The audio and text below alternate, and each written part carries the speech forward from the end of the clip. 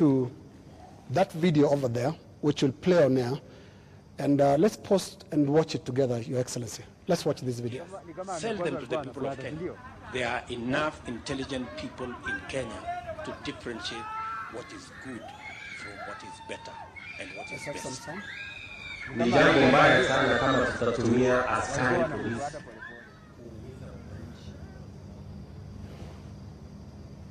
Hapo na maoni tofauti ya kisiasa. Waeleza ya kwamba these people don't understand the damage they are doing to the people and the economy of Kenya. All right. All right. Yeah, yes, the video in contention here was recorded earlier today. Yes. That of former MP Alfred Keter being abducted in broad daylight. Mr. President, before you even talk about the entire incident, the children were screaming, and a sound that we believe belongs to the wife was also heard, screaming in distress. How does that make you feel? Three things. I have told you, I made a deliberate decision to make sure that the police operate independently. That's number one.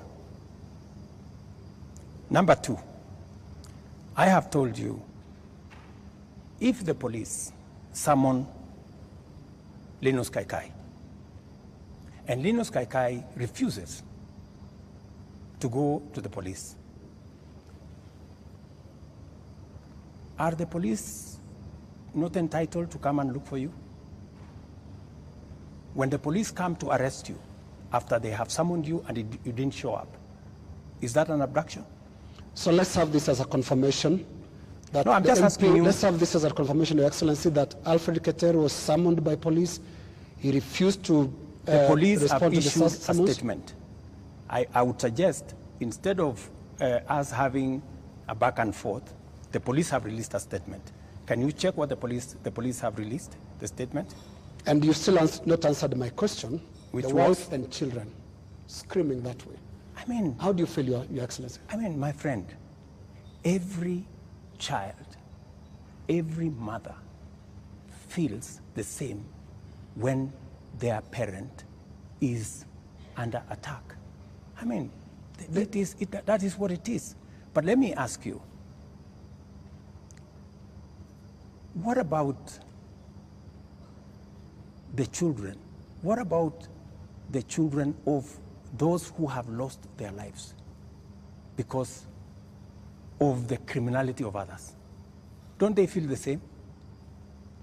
So we just need to be a country of the rule of law. Impunity cuts both ways.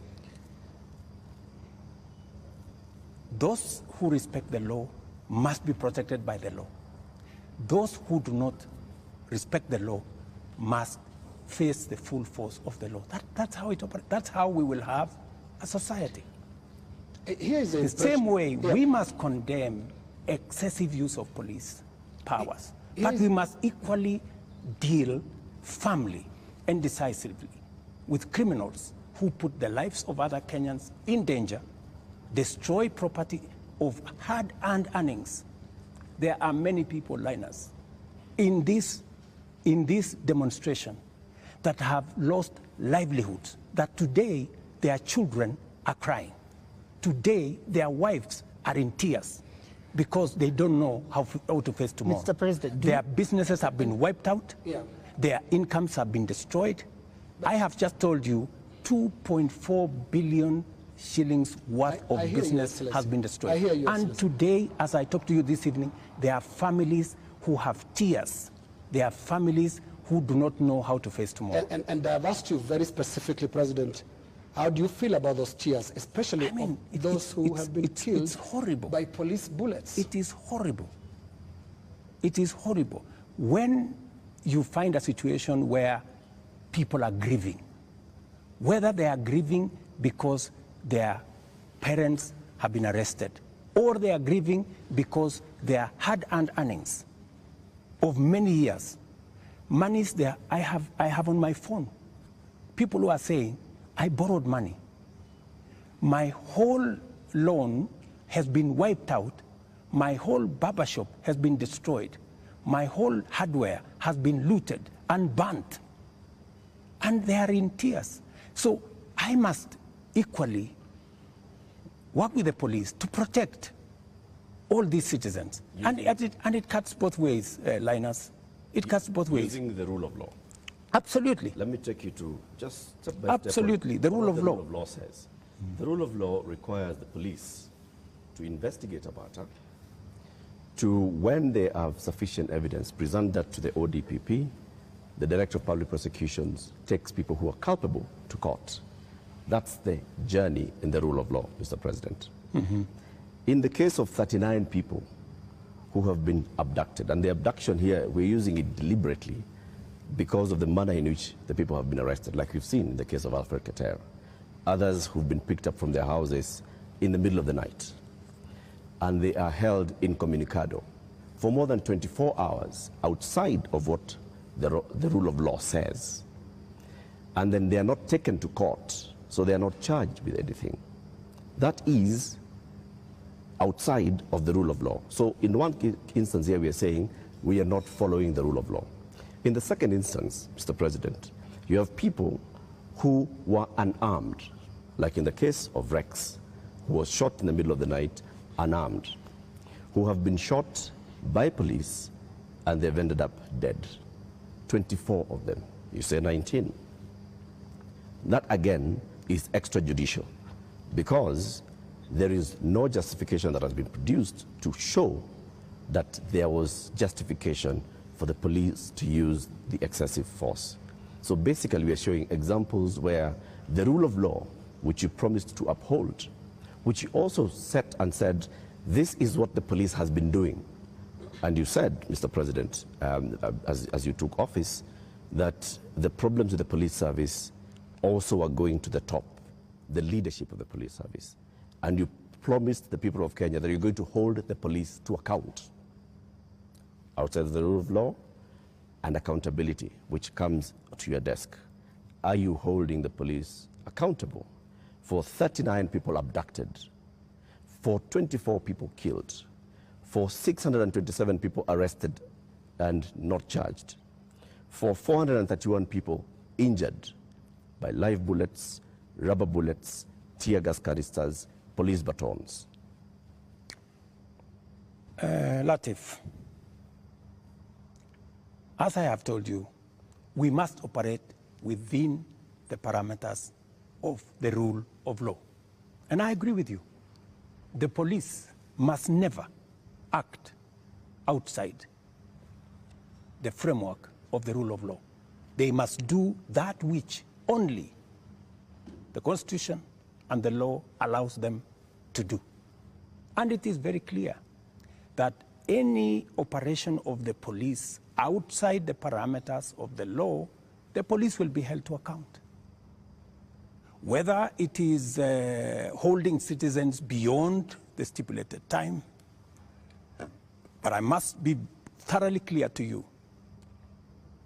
When police arrest somebody, there is a constitutional timeline which they are allowed by the law to hold that person. 24 hours. That does not amount to an abduction. 24 hours. In my opinion. A case in point is what has just been said here about what happened earlier today. And you guys clearly said in this conference that it was an abduction.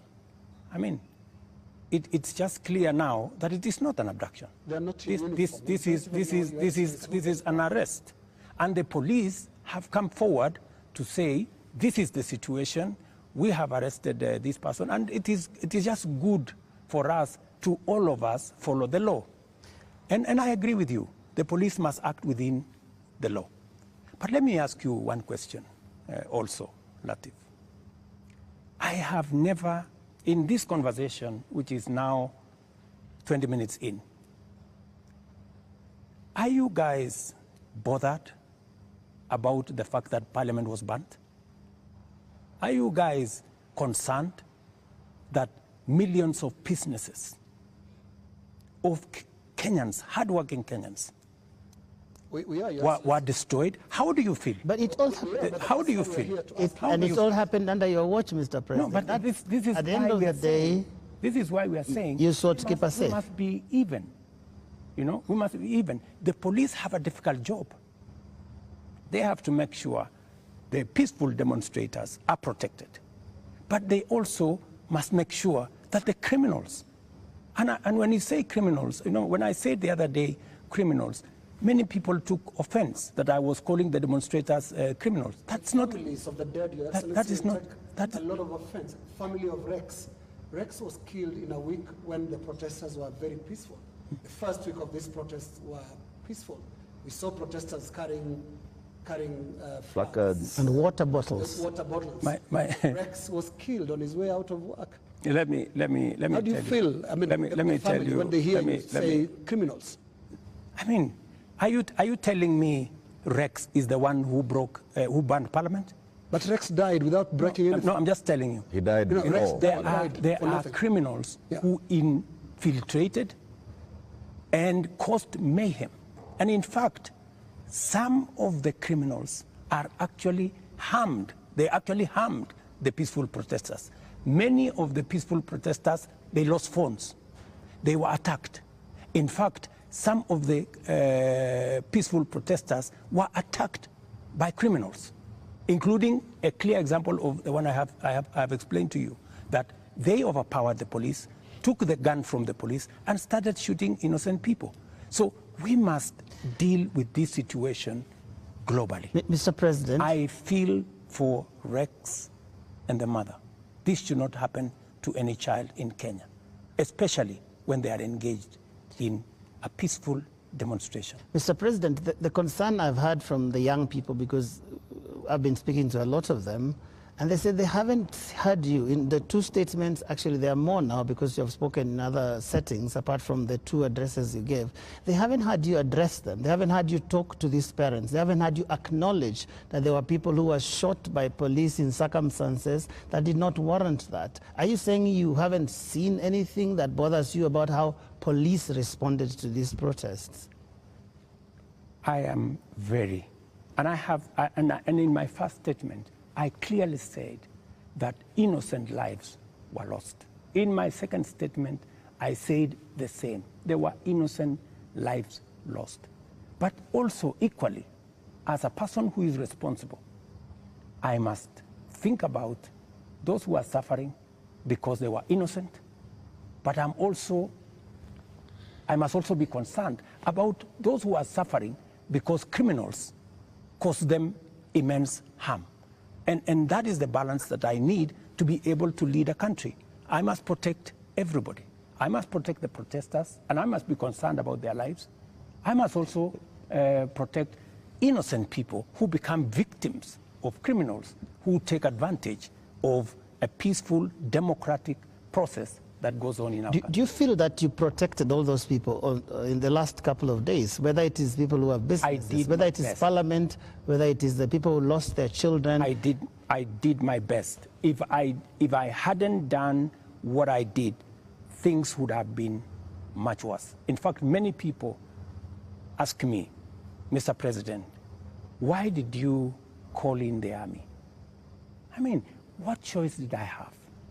I mean, it would have been very reckless of me in the face of the kind of harm people had gone through, the 19 lives that were already lost, in the face of a burning Chief Justice Office, Parliament, and the rest of it. I mean, it would have been very reckless of me not to mobilize every arm of government and every arm of our security agencies to protect the country and to protect lives. You acted as Commander-in-Chief.